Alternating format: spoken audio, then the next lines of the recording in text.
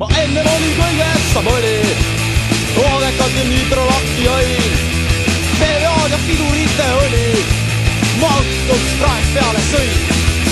Mul ühel päeval polnud senti raha, ka polnud anda miski panti.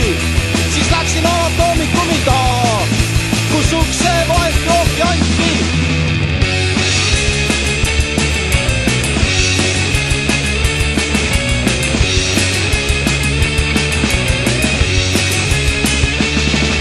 See maitselt oli nagu vesi, no lausa sulas keele all.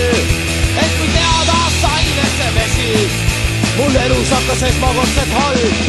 Ma jõi surnu pesuvett, ma jõi surnu pesuvett, ma jõi surnu pesuvett.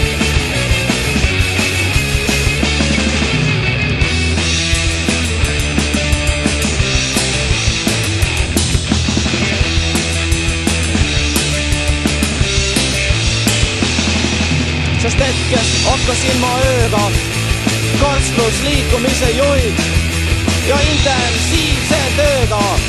Mu bunker muutus klubiks, juhtmõtteid paiskas eetrisse, massikommunikatsioon. Seal manas laine meetrisse mu süüa.